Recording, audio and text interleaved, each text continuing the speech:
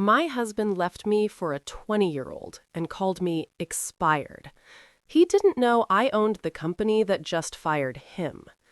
If you're listening to this right now, I want you to stay with me, because what I went through didn't just test my strength, it completely rewrote my life in a way I never expected. And before I go any further, tell me in the comments where you're listening from. I always read them. It reminds me that stories like this don't just belong to one person. They belong to all of us.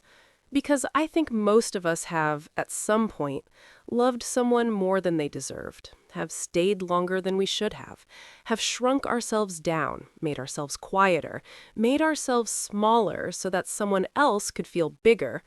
And we did it not because we were weak, but because we believed in something. We believed in the person. We believed in the life we were building together.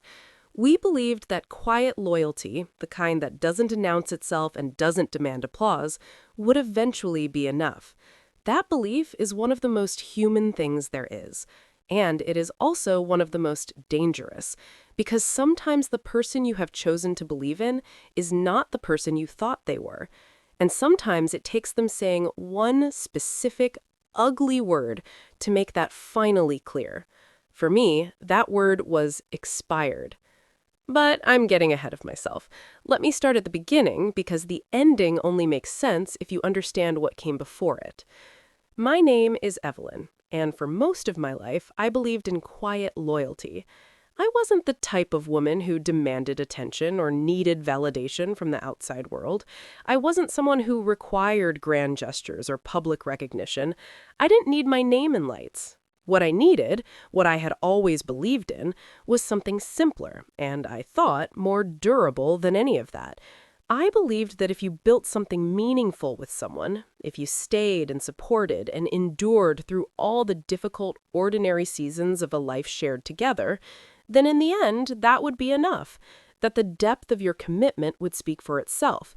That the person who had seen you at your most tired, your most uncertain, your most quietly determined, that person would know your worth, even when the world didn't see it.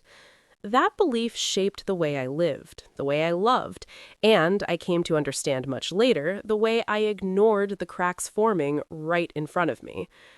I grew up in a household where you didn't speak about money in polite company, where you worked hard and kept your head down, where you earned things rather than claimed them.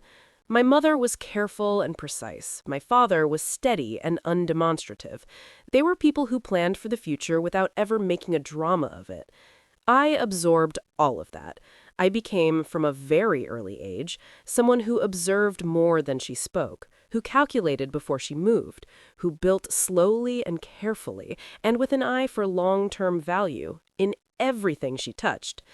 I tell you this because it matters. It matters for understanding the choice I made years later, the investment, the company, the careful, quiet architecture of a life that Richard never bothered to look at clearly. But it also matters for understanding why I stayed in the marriage as long as I did.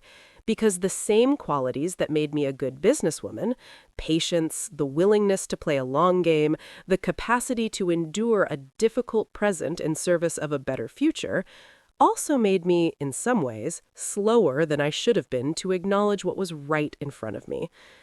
I met Richard when I was 26 years old. He was charming in a way that made people feel seen. That is the best way I know how to describe it. He had this particular gift, and I do think of it as a gift because it was genuinely impressive, of walking into a room and making whoever he focused on feel like the most interesting person in it. He was confident in a way that felt effortless, that made you believe he could take on anything and come out ahead. At 26, I admired that enormously. I came from a quieter world, more cautious, more observant, and Richard seemed to occupy a completely different kind of space. Where he spoke loudly, I listened carefully. Where he took risks, I calculated. We seemed to balance each other. Or at least that's what I told myself back then. In the early years, the marriage was good in the way that early marriages can be good, full of momentum, full of energy that comes from building something new together. We moved twice. We struggled financially in ways that felt romantic at first and exhausting later. There were years when money was tight enough that we had to make genuine choices, whether to pay this bill or that one, whether this expense was truly necessary. There were arguments that felt catastrophic in the moment and small in retrospect. There was the particular grinding intimacy of two people living a real, unidealized life together. And through all of it, I stayed. I supported him when his career stumbled, and it stumbled more than once. There was a period in our early 30s when a company he had put significant professional energy into was restructured, and he was let go. I watched him go through something close to a crisis of identity. I was the one who sat with him through that. I was the one who said quietly and consistently that it wasn't the end, that he was capable, that the right opportunity would come. I meant it sincerely. I believed it sincerely. I also, during that same period, was doing something he paid almost no attention to. Let me tell you about the investment, because this is the part of the story that Richard would later find hardest to reconcile with the version of me he thought he knew. Years ago, before our son was born, when we were still in the thick of the difficult early years, I came across an opportunity. It wasn't presented to me in any dramatic way. A colleague of a colleague knew someone starting a company. It was a small operation in a sector that was then considered niche, the kind of thing that most people in my circle dismissed as a long shot. The idea itself was sound, but the timing seemed uncertain and the risk was real. Most people who heard about it passed. I saw something in it. I can't explain this fully without sounding either arrogant or mystical, and I'm neither. But I had spent enough years observing and calculating and thinking carefully about how things grow that when I looked at this company, I saw a structure that could hold weight. I saw a problem it was genuinely positioned to solve. I saw the kind of management that learns from mistakes rather than repeating them. I saw, in short, long-term value. Not flashy, not fast, but real. So I invested. A significant amount, more than felt comfortable at the time, more than Richard knew about, because by that point I had learned that money conversations with him tended to go sideways. He was a big picture thinker who found detailed financial discussions tedious, which I had accepted as a personality trait rather than what it actually was, a disinterest in anything that didn't directly serve his immediate ambitions. I stayed involved with the company. Not publicly, not in a way that generated attention. I was not someone who needed a title or a credit line or a profile piece. I attended the relevant meetings. I weighed in on the decisions that mattered. I watched it grow.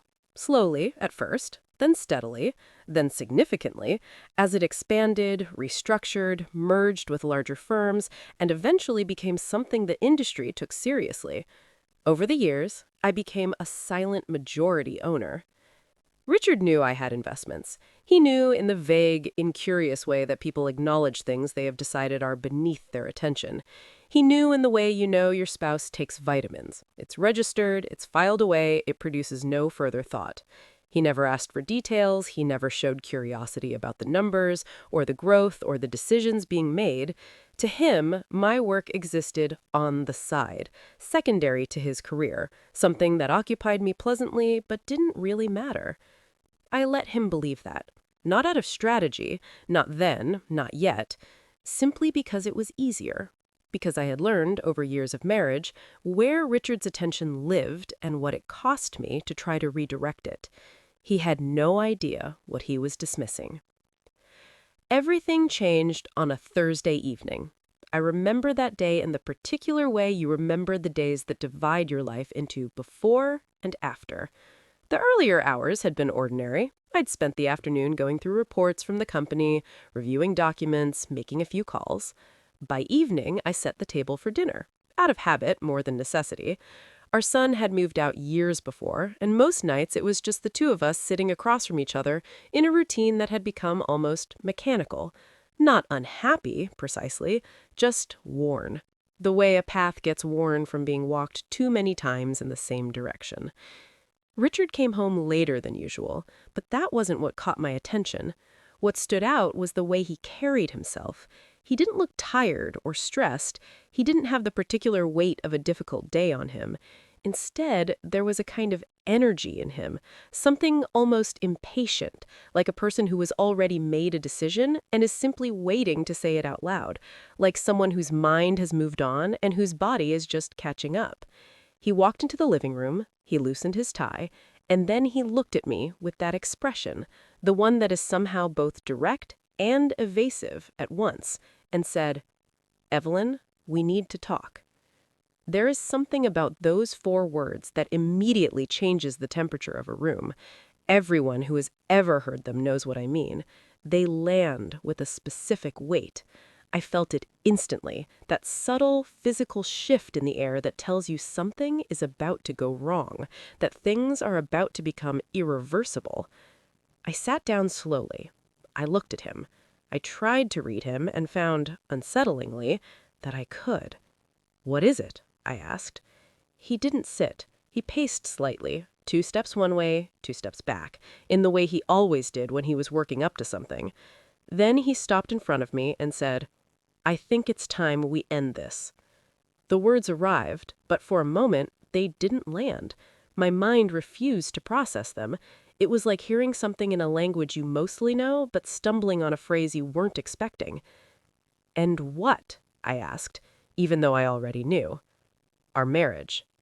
There it was, flat, direct, final. I stared at him, still looking for the thing that would make it make sense, some explanation, some context, some tremor of doubt that would suggest this was more complicated than it sounded. There was none. Instead, he continued, and his voice had the particular quality of something rehearsed, not cruelly, but simply because he had been over it many times in his own head before this moment. He said, "I've met someone." The sentence hung in the air between us. I felt my chest tighten, but something deeper than the tightness, some older, quieter part of me stayed very still. I kept my voice steady. I had been keeping my voice steady for years. "Someone?" I repeated. He nodded.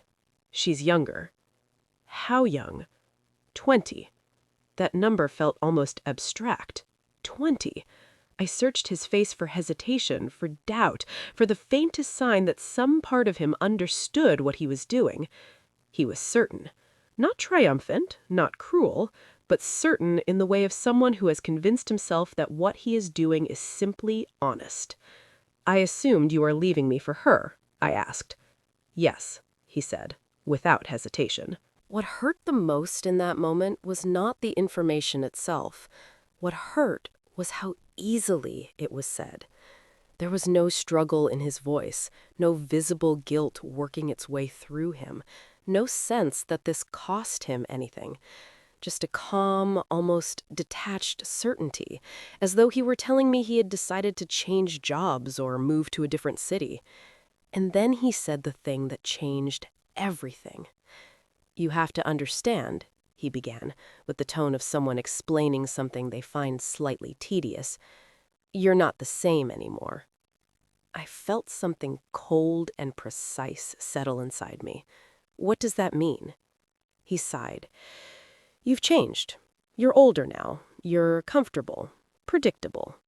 He paused, and then, as if searching for the exact word that would complete the thought, he said, "Expired."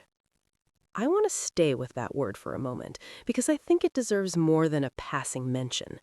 It wasn't the cruelest thing a person has ever said to another. There are worse words. But there was something about the particular choice of it, the clinical precision of it, the way it reduced everything I was to a thing that had passed its usefulness, that cut through all of the numbness I had been maintaining and found something real underneath. Because expired doesn't mean bad, it doesn't mean wrong, it means no longer of value to me. It means I have moved on to something fresher. It means what we had has reached its end, and I am moving forward, and you are being left behind on the shelf. I sat with that word in my chest for a long moment. Then I looked at him and asked, very quietly, "You think I'm expired?" He avoided my eyes. "I didn't mean it like that." "But you said it." He had nothing to add to that. He picked up his jacket, told me he had already packed some things earlier, which meant he had been in this house that morning, knowing what he intended to do tonight, moving through our ordinary routine while carrying this, and walked out of the front door as though he were leaving behind something insignificant. The door closed. The silence that followed was not empty. It was revealing. It was the kind of silence that, when you sit in it long enough, starts to show you things you had been too busy or too hopeful to look at before. I sat in that living room for a long time, not crying, not immediately, just thinking about the years, about the way I had arranged my life around his, about the number of times I had made myself quieter so he could be louder, about every conversation I had chosen not to have, every boundary I had chosen not to draw, every moment of my own ambition I had kept in that quiet, separate compartment so he could occupy more of the shared space without feeling crowded, about the company, about what he had never asked about, never been curious about, never bothered to understand. And then, something unexpected happened. I didn't break. I became clear. There is something clarifying about sitting at the head of a table in a room full of people who know exactly who you are and what your word means. Richard had built his professional identity on being the most important person in every room he occupied. He had cultivated that feeling for decades, the energy, the projection, the implicit insistence on being central. And in many rooms he had been. I did not begrudge him that, even now. But he had never been in this room. He had never sat at this table. And he had no idea that the quiet, expired woman he had walked away from last night was the person whose name carried the most weight in it. We went through the usual business methodically. Reports presented, trends discussed, numbers analyzed with the particular focused attention that good board members bring to difficult data. And eventually we arrived at the item I had included on the agenda under the neutral heading of Divisional Performance Review. Richard's division. The numbers told the story plainly and without editorializing. Declining performance over 3 consecutive quarters, decisions that had not produced the projected results, leadership choices that had created friction with key partners, targets missed by margins that the documentation made impossible to dismiss. The room was quiet in the way that rooms get quiet when everyone present can see the same clear picture and is waiting for the person who makes decisions to speak. I let the quiet settle. Then I asked for recommendations. The response was unanimous. A leadership change was necessary. I agreed. I want to be precise about this because the story is easy to misread at this moment. I did not fire Richard because he called me expired. I did not fire Richard because he left me for a 20-year-old. Emotions are not a basis for business decisions, and I have built my entire professional reputation on that principle. I had been looking at those numbers for weeks before that Thursday evening. I had known, in the quiet, careful way that I know things, that a change was coming. What happened the night before did not create that conclusion. It simply removed the last reason I might have had to soften or delay it. The decision was right. It was documented. It was unanimous. And it was made. Later that afternoon, Richard was called into the office. He had no idea what was coming. To him, it was simply a meeting, the kind of thing that appears on a calendar and is processed without particular weight. He walked in as he always walked into rooms, with the forward energy of someone who has never seriously considered the possibility that the room might not be his. He walked out unemployed. That evening, my phone rang. I was home by then, in the same living room where this had all begun less than 24 hours earlier. I knew it was him before I even picked up. There are numbers you have known for years that your body recognizes before your mind does. I answered. His voice was different. The certainty was gone. What was there instead was something uncertain and shaken, the voice of a person who has had the floor tilt unexpectedly beneath them and is trying to find something solid to hold on to. Evelyn, something happened today. I got fired. I let a moment pass, the way you let a moment pass when you want your words to land cleanly. From which company? I asked. There was a pause on his end, a small, loaded pause. You know which company, he said, some frustration beginning to surface through the shock. Yes, I said quietly. I do. He kept talking. He was trying to make sense of it, trying to reassemble the event into something that fit the narrative he had of himself and his career. He said it had come from nowhere. He said everything had been fine. He said the numbers were misconstrued, that there was context the board hadn't considered, that this wasn't how these things were supposed to work. I let him talk. I did not interrupt, did not argue, did not offer the reassurance that I had offered him so many times over so many years whenever his career had encountered turbulence. When he finally paused, when the words ran out and the silence came back, I said, "Maybe you were just too comfortable." There was a beat of silence. Evelyn, his voice had changed again. The frustration was gone. What was there now was something quieter and more uncertain. "What are you saying?" I took a breath and I said, "The company that just fired you belongs to me." I have thought many times about what those words must have felt like to hear.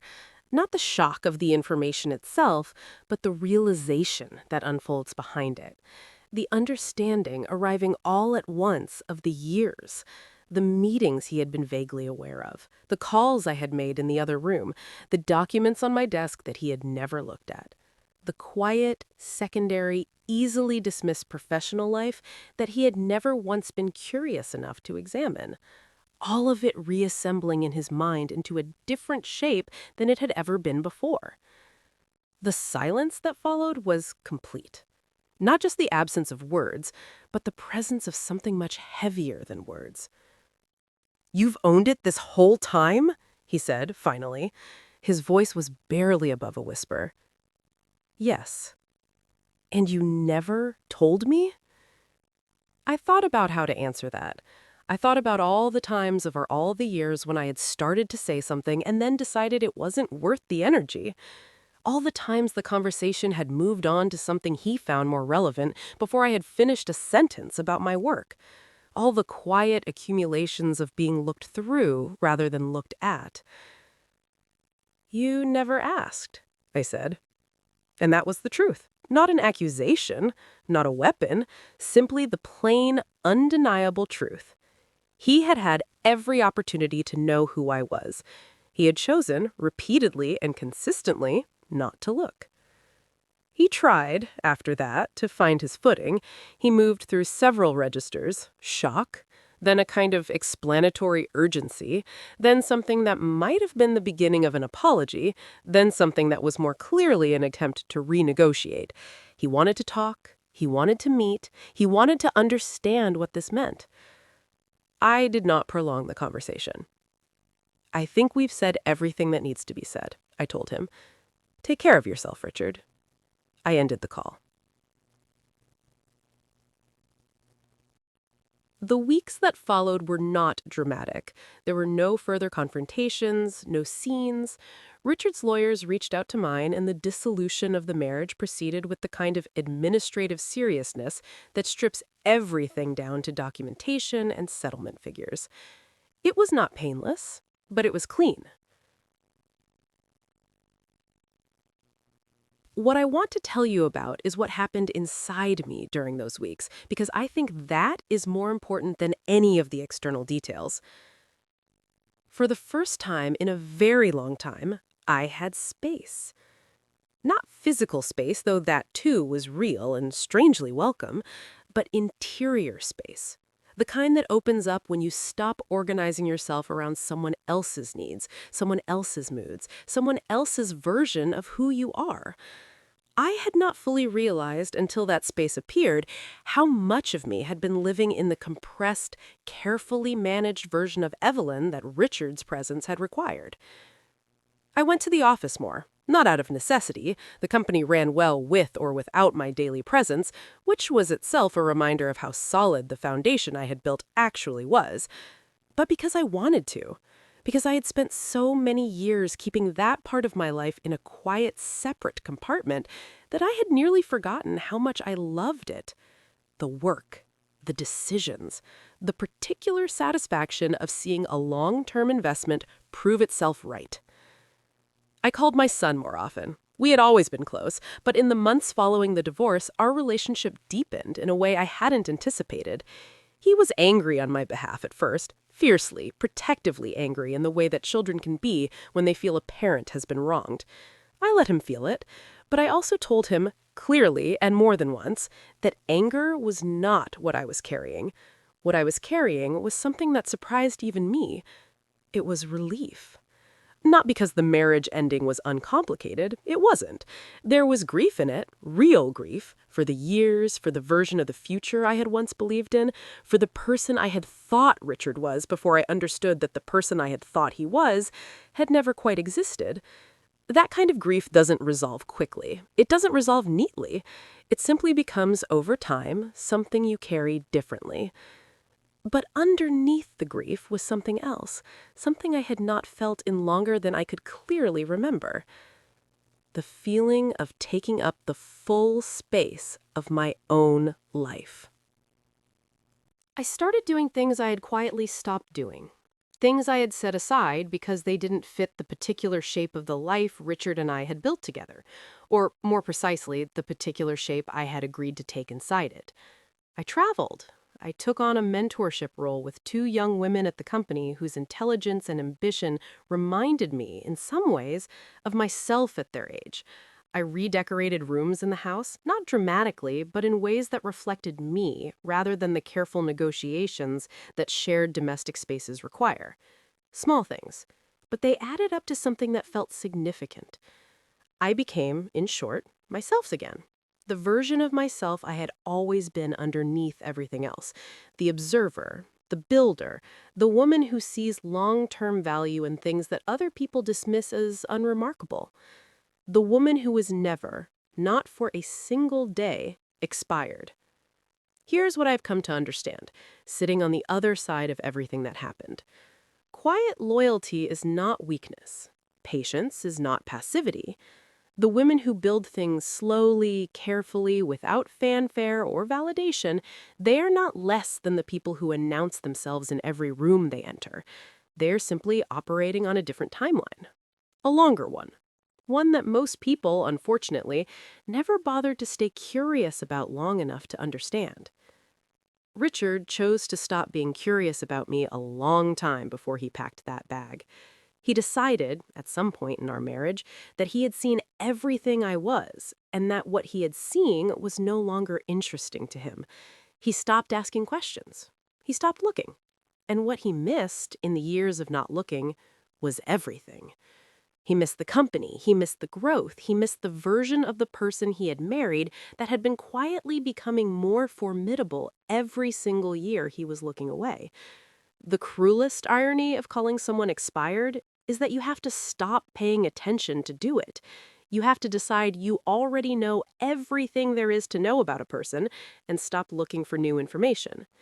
You have to mistake familiarity for stagnation. You have to confuse comfort with irrelevance. He stopped looking. I kept building. And in the end, the thing he dismissed as expired was the thing that changed his life in a way he never saw coming. I don't tell this story to celebrate that. I tell it because I think there are people listening right now who have been called some version of that word. Not necessarily out loud, not necessarily with that specific cruelty, but in smaller, quieter ways that accumulate over time. People who have been made to feel that they have passed their usefulness, that they are too comfortable, too familiar, too much of the same thing to be worth genuine attention anymore. To those people, I want to say this. The person who looked at you and saw nothing remarkable was simply not looking carefully enough. They mistook your steadiness for stagnation, your consistency for complacency, your quiet, durable, long game building for the absence of something worth valuing. They were wrong. The things you have been tending to in the quiet, the investments, the work, the slow accumulations of a life built with intention, those things are real. They have weight. They are not diminished by the fact that no one was paying attention to them. They exist whether or not someone bothered to look. And one day, with or without a dramatic phone call, without anyone needing to be fired or humiliated or forced into a reckoning, one day, you will stand in the full space of your own life and understand that you were never expired. You were just underestimated. And there is nothing in the world more quietly powerful than a woman who knows the difference. Thank you for listening. If this story stayed with you, please share it with someone who needs to hear it today. And tell me in the comments, what is the one word someone used to define you that you have since proven wrong? I'll be reading every single one.